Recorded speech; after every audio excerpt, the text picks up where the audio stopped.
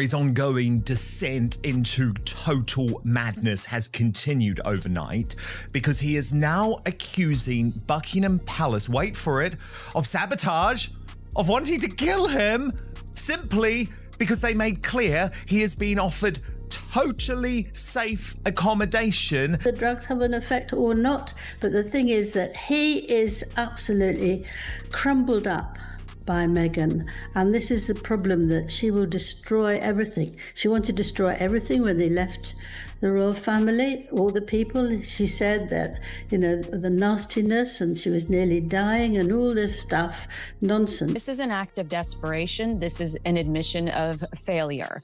She said, that this country was horrible and racist to her, and alluded to the fact that she would never return in multiple interviews, a 6-hour docuseries, etc. So the fact that she would jump on an airplane and come back tells us that things are not great. It's me when I tell you that Prince Harry is not a well man. This is a man totally overwhelmed by the wacky-backy. Even his holiday in Portugal is designed to go to a place where you can smoke the wacky-backy legally. By the way, Harry, you can't do it in this country. Everything about Prince Harry and Meghan Markle's UK visit had been building toward a moment, a return, a confrontation, a carefully orchestrated re-entry into the very institution they had spent years attacking. But then, overnight, it vanished. No warning, no gradual shift, just gone. And that kind of disappearance doesn't happen without a reason. Not a simple one, not a clean one, because here's the contradiction no one can ignore. Prince Harry had been demanding this visit. Publicly, repeatedly, loudly, Prince Harry wanted security. Prince Harry wanted recognition. Prince Harry wanted acknowledgement from King Charles, from Prince William, from the palace itself. And suddenly, when everything was aligned, when the doors were open, when Buckingham Palace itself was reportedly on the table, Prince Harry pulled back. Why? Over in Portugal, he is literally having a tough time. I hate the words breaking down, falling apart, but it's not going well. It's not going easy, to say the least. Look at the timeline closely. July 7th to July 11th. Structured, planned, official. This wasn't speculation, this was operational. The palace had moved. King Charles had allowed space. The institution had prepared for Prince Harry and Meghan Markle to step back into the center of the royal stage. And then, within 24 hours, it all disintegrated. Media reported the trip is definitely happening. 22 hours later on Saturday evening, they blew the whole thing up. And it was because of security, which their own note had conceded was not available. The explanation? Security concerns. That's what Prince Harry's team pushed. That's what Meghan Markle allowed to circulate. That narrative fragile, emotional, urgent, but the moment you pause and examine it, it starts to crack. Because security wasn't denied. It was offered. Controlled, structured, proportional, the same framework given to Princess Anne, to the Duke and Duchess of Edinburgh. The same system that has protected royals for years. But Prince Harry didn't want that system. Prince Harry wanted more. The kind of Sussex camp's view is that came from the palace.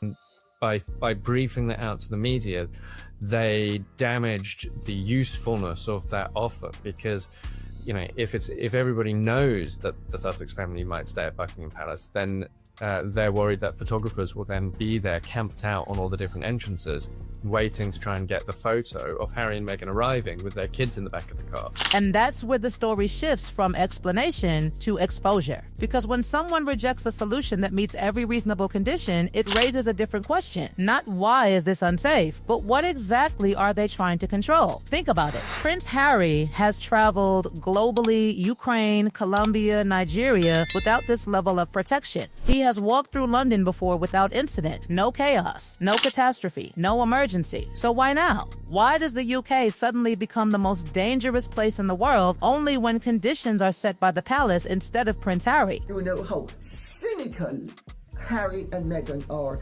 in laying false trails and creating false narratives to turn themselves into victims and to lay the blame for something that was only ever in their imagination in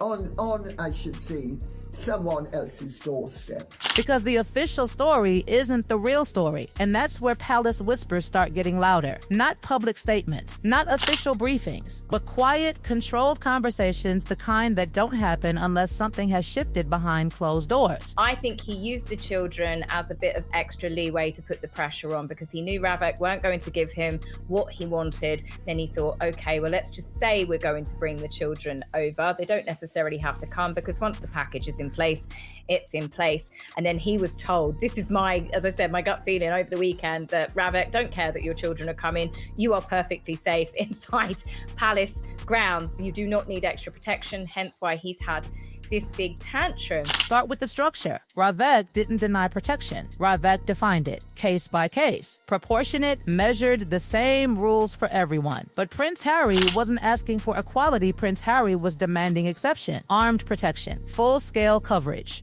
A royal-level security operation reserved for King Charles and Prince William. And when that didn't happen, the narrative changed. They do get police security.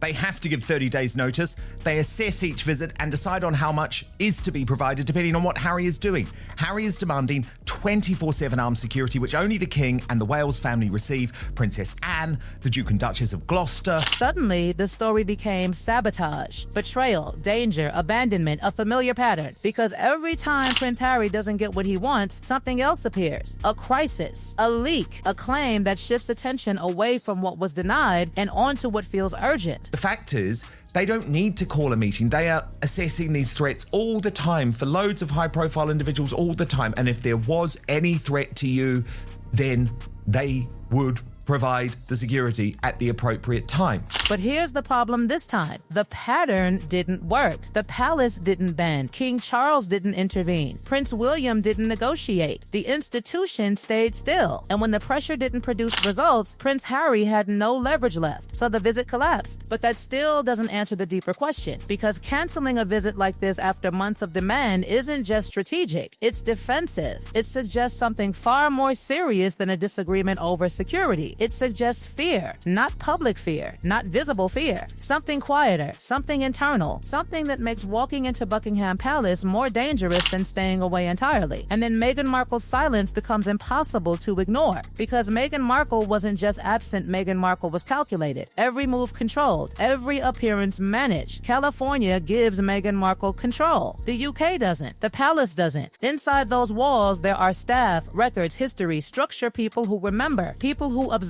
people who don't operate under curated narratives. And that environment changes everything. Because if the concern isn't safety but exposure, then suddenly the entire situation looks different. The children staying away, the conditions demanded, the refusal to accept structured security. It all starts aligning into something else, not protection, containment. And the moment that possibility enters the conversation, the cancellation stops looking like a failure. It starts looking like a decision, a necessary one. Because showing up might have revealed something that staying away keeps hidden. And that is where this story stops being about Prince Harry and starts becoming something far more unsettling, something the palace isn't saying out loud. And this is where the story turns from a canceled trip into something far more controlled, far more deliberate, and far more revealing than Prince Harry or Meghan Markle would ever want publicly examined. Because once you strip away the noise, the headlines, the statements, the emotional framing, a pattern begins to lock into place. Not loosely, not vaguely. Precisely, every move Prince Harry makes when faced with resistance follows the same escalation curve. A request is denied, a boundary is set, and suddenly a crisis appears, a threat, a claim, a comparison so extreme it demands attention. And Prince Harry has done it before. Prince Harry didn't just argue about security, Prince Harry escalated it to something existential. Prince Harry compared himself to figures facing real, documented danger. Prince Harry suggested internal betrayal. Prince Harry implied that King Charles, Prince William, and the institution itself were not just unhelpful but potentially harmful. And when those claims surfaced, they weren't backed by evidence. They weren't supported by specifics. They were emotional, dramatic, overwhelming, and perfectly timed to dominate the narrative. That's not random. That's strategy. Because every time Prince Harry loses control of a situation, Prince Harry tries to regain control of the story. And this time, the story didn't move. The palace didn't react. King Charles didn't issue a counterattack. Prince William didn't engage. Catherine continued her public work, rising in visibility credibility, strengthening the image of stability and continuity. And while Prince Harry was escalating, the rest of the royal family was continuing, calmly, quietly, successfully, and that contrast is devastating because it exposes something Prince Harry cannot manage: irrelevance. So the pressure increased, the language became sharper, the implications became darker, and behind the scenes, something even more uncomfortable began to surface, not from tabloids, not from speculation, but from people who had observed Prince Harry closely over time. Palace staff, individuals who had watched the shifts, the changes, the reactions under pressure that didn't align with the public explanations Prince Harry and Meghan Markle had been presenting. And those observations didn't form a clear accusation. They formed a pattern of volatility, a pattern of escalation, a pattern of retreat the moment conditions moved outside of Prince Harry's control. And when that pattern intersects with this cancellation, this sudden, total withdrawal from a visit Prince Harry demanded, it raises a question that refuses to disappear. What exactly was Prince Harry afraid of facing inside the United Kingdom? Because if it was truly about security, the solution was there. Ravik had defined it. The palace had supported it. The framework existed. But Prince Harry rejected it, not adjusted, not negotiated. Rejected, that's not fear of danger. That's fear of environment. And the environment Prince Harry was stepping into was not California. It was not controlled interviews. It was not curated appearances. It was Buckingham Palace. It was King Charles. It was Prince William. It was a structure filled with documentation, memory, and people who cannot be managed through narrative. And that is where Meghan Markle's role becomes impossible to separate from Prince Harry's decisions. Because Meghan Markle has built an entire public identity on control